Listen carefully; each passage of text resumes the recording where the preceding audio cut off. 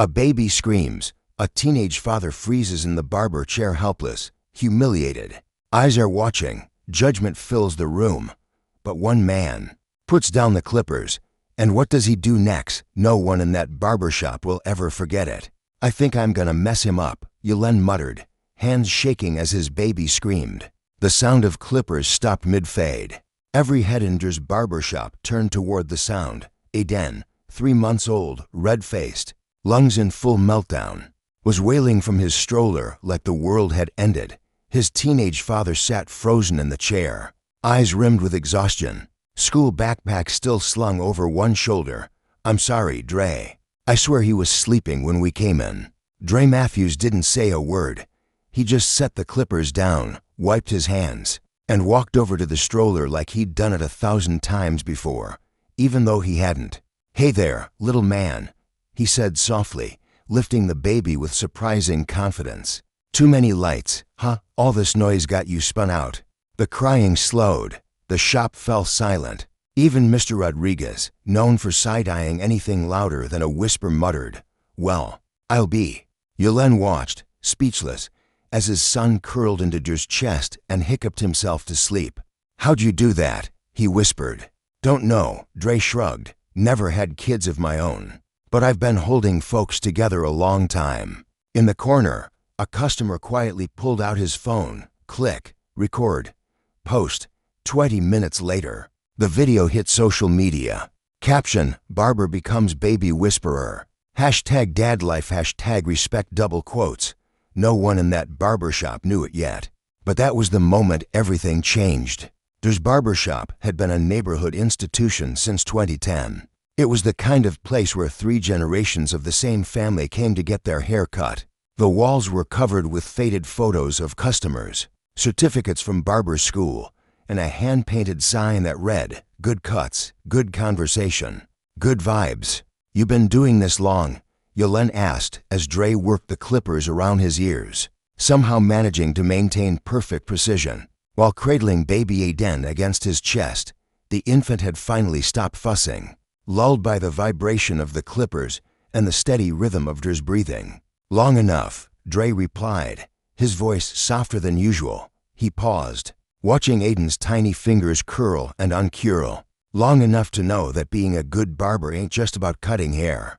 Yulin shifted in the chair, careful not to disturb the baby. "What's it about then?" Dre hesitated, the clippers going quiet for a moment. Something about the weight of the child in his arms, the way the boy trusted him completely, brought words he hadn't planned to say. "It's about making people feel seen."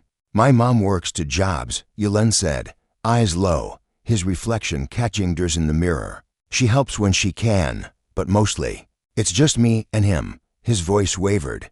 "Aiden's mom, she left when he was 2 months old. Said motherhood wasn't for her." He exhaled slowly, like he'd been holding it in for weeks. "Some nights I just sit there watching him sleep, thinking, what if I mess this up?" Dre turned off the clippers. He'd heard this fear before, from other young fathers who'd sat in his chair. But holding Aiden, feeling the complete trust in that small, warm body, the words hit differently. "What if I'm not enough?" Yulin whispered. Dre set down his clippers and gently shifted Aiden, the baby's head nestling naturally against his shoulder. For a moment, he remembered another conversation, years ago, with his ex-wife about the children they'd never have. The ache was still there, but duller now, transformed into something else. "You know what I see when I look at you," Dre said, his voice catching slightly. He cleared his throat, picked up his razor for the final touches. "I see a young man who got his hair cut so he could look good for his son. I see someone who brings his baby everywhere because he won't leave him with just anyone." Yulin's eyes filled with tears he'd been holding back for months. "I never had a dad. I don't know what I'm supposed to do." "None of us do," Dre said, the razor moving with practiced ease even as his attention remained split between the haircut and the sleeping child. "Your dad probably didn't either, wouldn't have if he was there. But showing up is half the battle."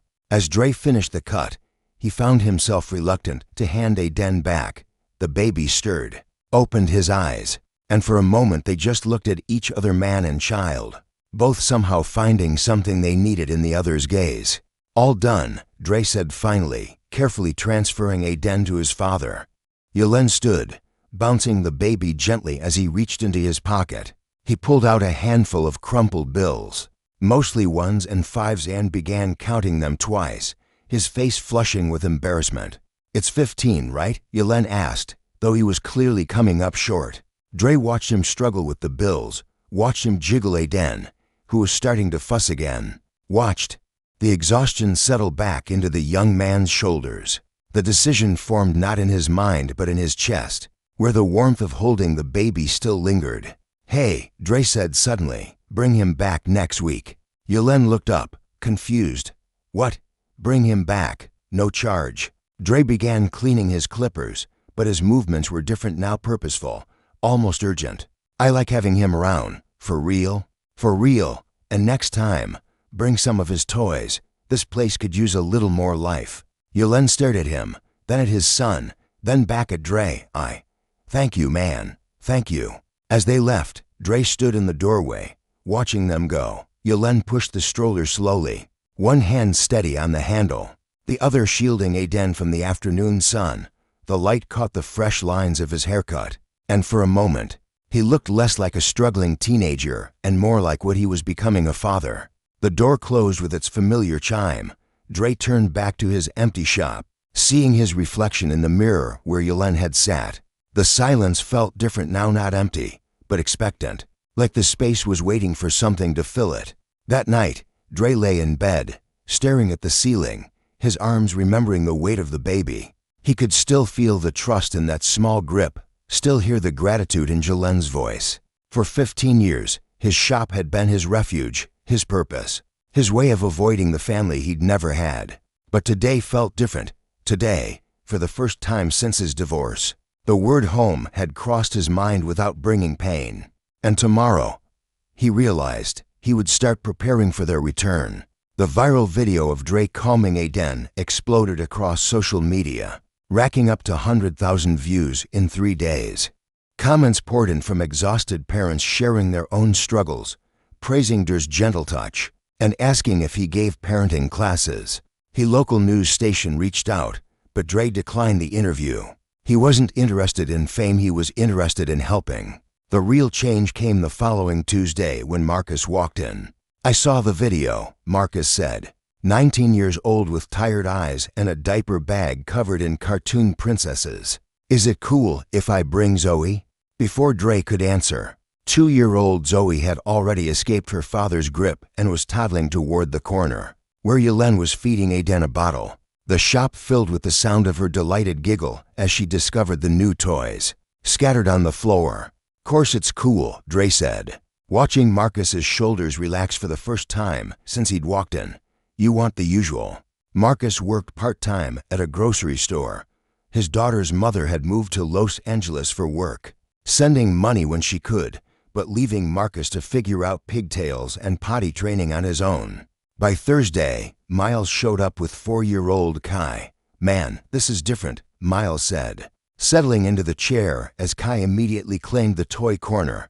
At 21, Miles had been raising his son alone since his girlfriend died in a car accident 2 years earlier. "Usually when I bring him somewhere, people look at me like I'm doing something wrong." The shop went quiet except for the buzz of clippers and Kai's soft humming as he built block towers. "You're not doing anything wrong," Dre said, his voice steady. "You're doing something right."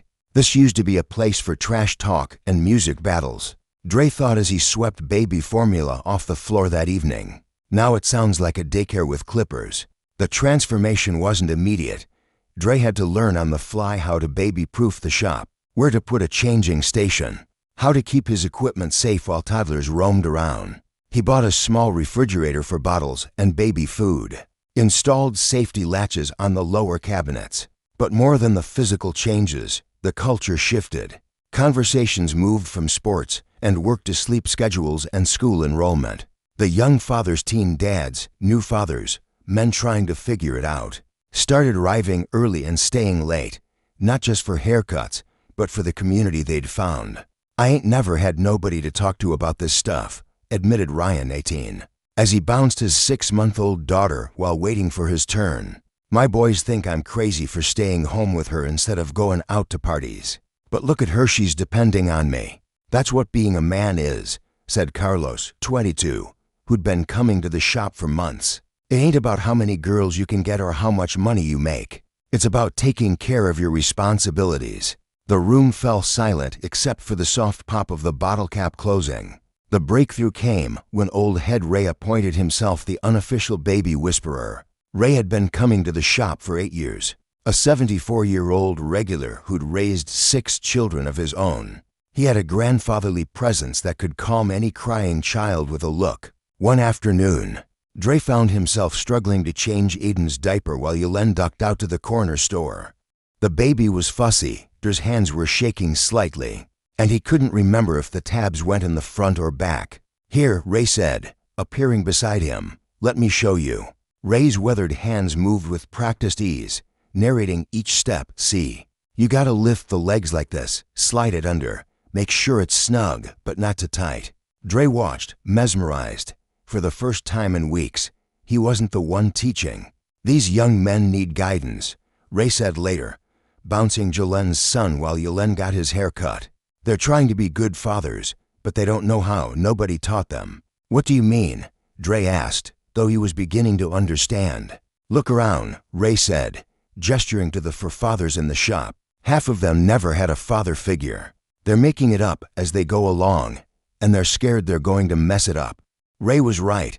Marcus had never met his father. Miles's dad had been incarcerated since he was 10. Jolen's father had left when he was a baby. These men were breaking cycles they'd never chosen to be part of, trying to give their children what they'd never had. Maybe that's not a bad thing, Dre said, watching as Ray taught Marcus how to properly burp his daughter. Maybe that's exactly what they need. Dre was beginning to understand what was really happening. His shop wasn't just providing haircuts. It was providing something these young men had never had, a model of calm, present masculinity, a place where they could ask questions without judgment, where their children were welcomed instead of tolerated, where they could learn that being a father wasn't about having all the answers. It was about being willing to learn. The smell of baby powder mixed with hair tonic. Tiny hands left sticky fingerprints on the mirrors. The sound of children's laughter echoed off walls that had once only heard grown men's voices. For the first time in 15 years, Dre's shop felt like more than a business. It felt like a family. Marissa Williams had been a social worker for 12 years, long enough to develop a healthy skepticism about unconventional support systems. When she received a call about a barbershop that had become an unofficial childcare center, her first instinct was concern and something deeper, something personal. 3 years ago, she'd recommended keeping a family preservation program open against policy recommendations. The program had failed spectacularly when an untrained volunteer left a child alone with a registered offender. The child was hurt. Marissa's judgment had been questioned. Her confidence had never fully recovered. I'm not saying there's anything wrong with it, she told her supervisor, flipping through the file with trembling fingers. But we need to make sure it's safe. These are vulnerable young fathers. And if something goes wrong again, she thought, it's on me. The complaint had come from a concerned citizen who'd driven by the shop and seen multiple children inside what was supposed to be a business establishment. The caller mentioned seeing toddlers playing near electrical equipment and babies being passed around between strangers. She arrived at Dre's shop on a Thursday afternoon, clipboard clutched like armor and prepared for the worst. What she found instead was Yelen, now 3 months into his regular visits, helping Marcus teach his daughter how to tie her shoes, while Ray rocked a sleeping baby and Dre discussed bedtime routines with Miles. This looks normal, she thought, pausing in the doorway, to normal. Excuse me, Marissa said, showing her badge. I'm with Child Protective Services. I'd like to speak with the owner. The shop fell silent. Fathers instinctively moved closer to their children. Jolen's face went pale. He'd had encounters with CPS before, when neighbors had called about a teenage father living alone with a baby. Marcus unconsciously pulled Zoe closer, and she could see Miles's jaw tighten. Dre stepped forward, his expression calm but wary. That's me, Dre Matthews. What can I do for you? I understand you've been providing childcare services without proper licensing, Marissa said. Her voice professional but not unkind. She was already noting violations in her head. Makeshift changing station. No emergency protocols. Unlicensed caregivers. We're not providing childcare, Dre said carefully. We're just cutting hair. The kids come with their fathers. Marissa looked around the shop, seeing the play area, the bottles in the small refrigerator, and Ray expertly burping a baby that wasn't his. Mr. Matthews, I appreciate what you're trying to do, but there are regulations, safety protocols, background checks. You can't just what? Yelen interrupted, standing up quickly enough that Aiden startled in his arms. The baby's small whimper filled the silence. Can't just care about kids. Marissa watched as Yelen immediately soothed his son with practiced movements, bouncing him gently until the whimpering stopped. Her pen hesitated over her notepad. Can't just help fathers who are trying to do right by their babies, Yelen continued, his voice raw but rising. Yelen, it's okay, Dre said gently, but the young man was already worked up. Nah, Dre, it's not okay. Yelen's voice cracked. This place saved my life. Before I started coming here, I was ready to give up. At that moment, Zoe toddled over and tugged on Marissa's pant leg, offering her a toy block with a shy smile. Marissa found herself kneeling to accept it, and for just a second, she smiled back.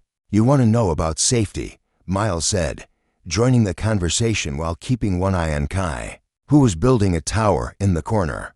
My son was getting into fights at kindergarten before I started bringing him here. Now he's got uncles who teach him how to handle his emotions. Marissa stood slowly, still holding the block. She was beginning to see the complexity of the situation, the way the children gravitated toward the men, the genuine care in every interaction. That's not how the system works, she said, but her voice was softer now.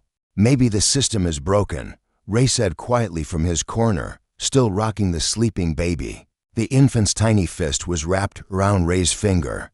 Maybe sometimes the best thing for children isn't what's in your manual. Maybe sometimes it's just love.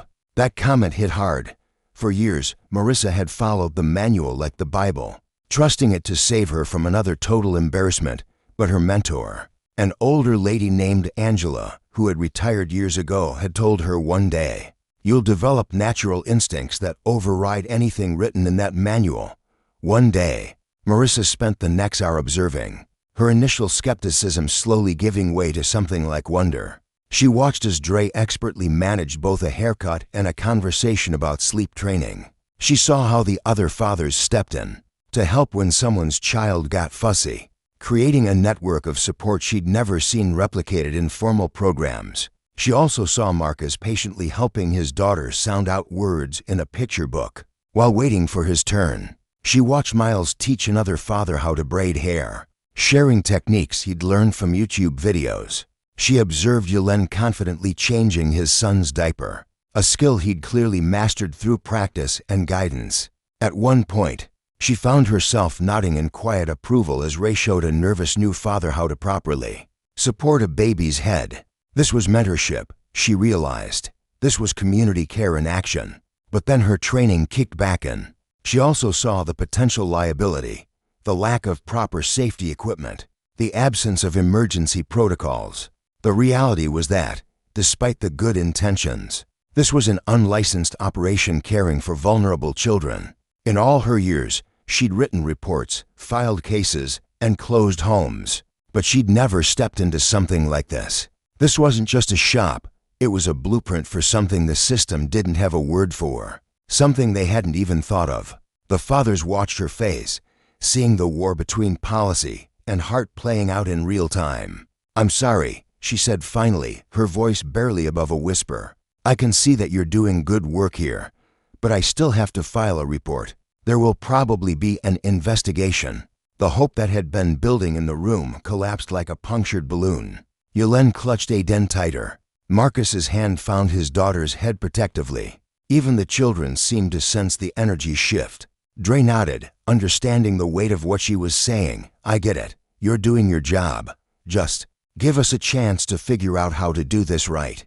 As Marissa turned to leave, Aiden reached toward her from Yelen's arms, not crying, not afraid, just curious. She paused, just for a second, her hand almost reaching back before she caught herself. Behind Dre, the good vibes sign flickered overhead. Fitting. They'd need both good vibes and something more to survive what came next. The city inspector arrived the following Monday, flanked by a fire marshal and a health department official like a bureaucratic army. He swept through the shop with clipboards and measuring tapes while Dre watched helplessly. Through the window, he could see other fathers gathering on the sidewalk, some holding babies, all looking lost.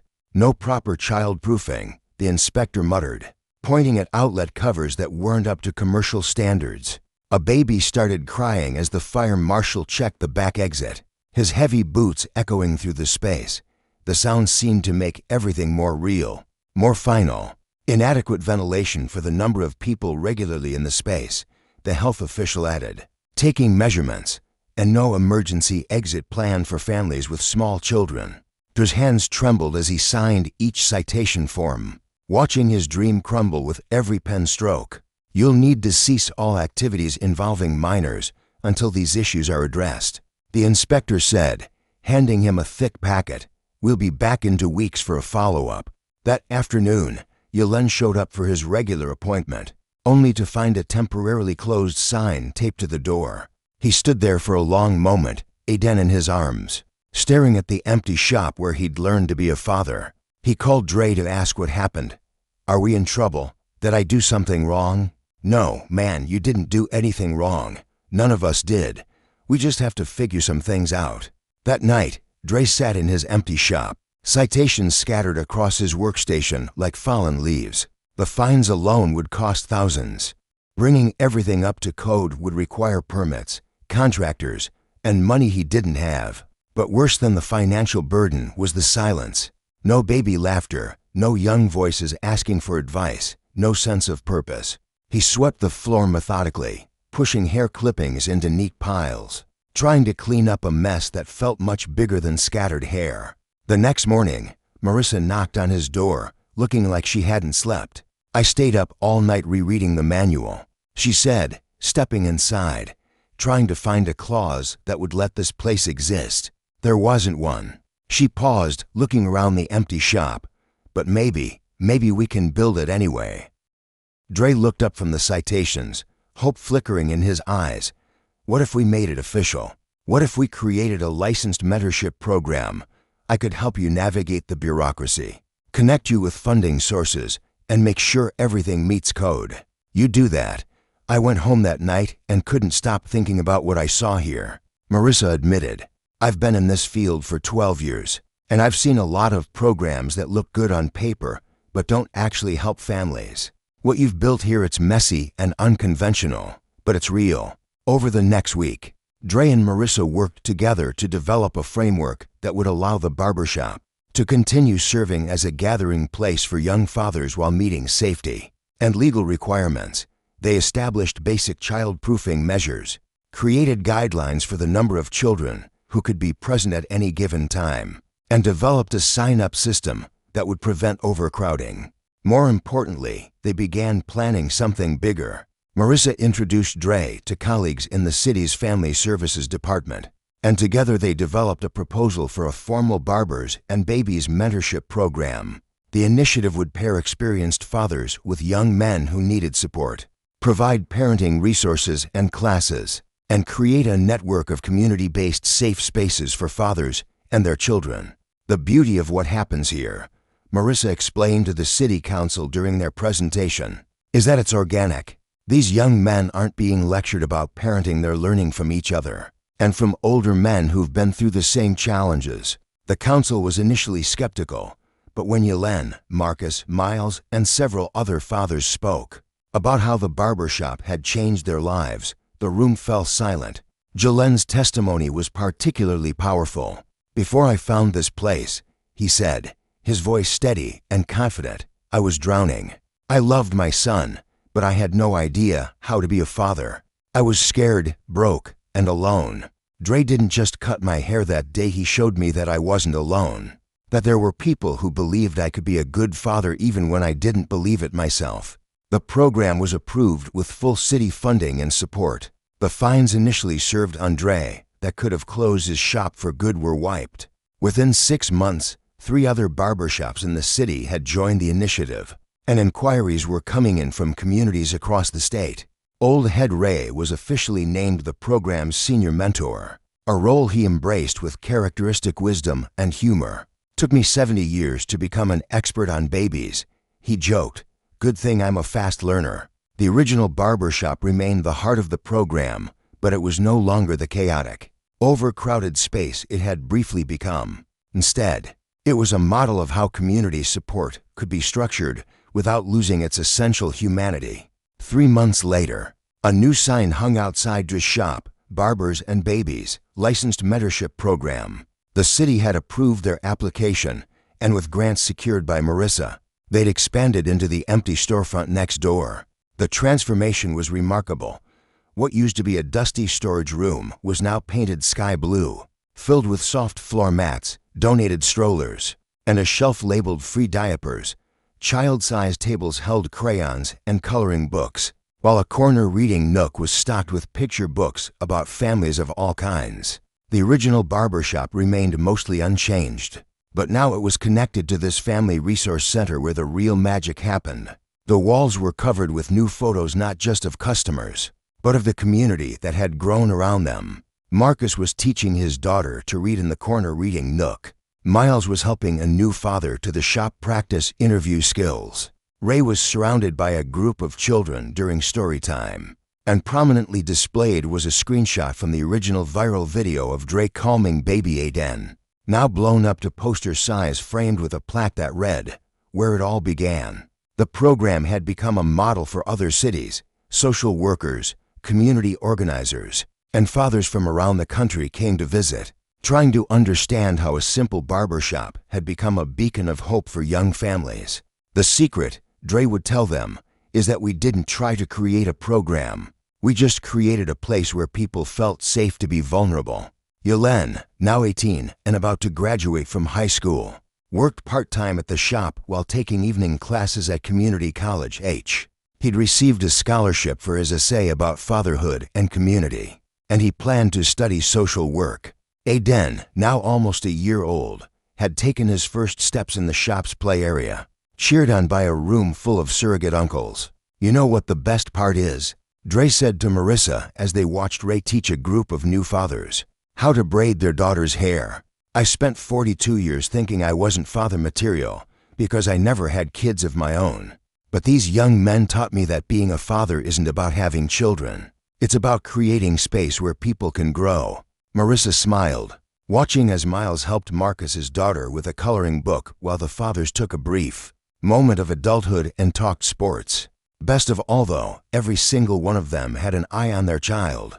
The afternoon workshops were in full swing, one group learning about child development, another discussing financial literacy, a third practicing job interview skills. "I think you've got it backwards," she said. "You didn't learn how to be a father from them. You showed them what a father looks like." The program had expanded beyond just young fathers. Single mothers started bringing their children, drawn by the same sense of community and support. Grandparents like Ray became volunteer mentors, sharing their wisdom with a new generation of parents. "We've got a waiting list now," Marissa told Dre, looking at her clipboard. 23 families want to join the program." "Good problems to have," Dre said, watching as Yelen helped a new father learn to properly install a car seat. "We'll figure it out." The success hadn't come without challenges. There were still bureaucratic hurdles, funding concerns, and the occasional parent who struggled with the program's expectations. But for every challenge, there were dozens of success stories. "You know what I realized?" Yelen said to Dre one evening as they closed up the shop. "I used to think that not having a dad meant I couldn't be a good father, but having all these fathers made me a better one." Aiden babbled from his high chair, reaching for his father with chubby hands. Yelen picked him up, and the baby immediately settled against his chest, comfortable and secure. "He's going to grow up thinking this is normal," Yelen said, looking around the shop at the photos and toys, the evidence of community care. "He's going to think every kid has a dozen uncles who love them." "Maybe that's how it should be," Dre said. remembering the scared teenager who'd walked into his shop 9 months earlier. Outside, the neon sign flickered on as the sun set over East Oakland. The words "Barbers" and "Babies" glowed against the darkening sky, a beacon for anyone who needed a place to belong.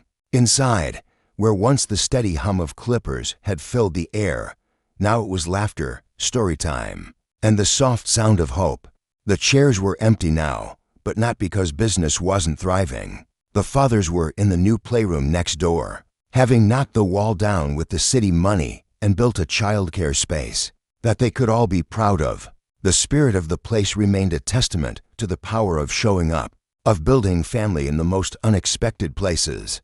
Dre looked around at his shop at the evidence of lives changed and communities built, and realized that sometimes the most important things in life happen when you're not looking for them. They happen when you're just showing up, day after day, ready to do what needs to be done.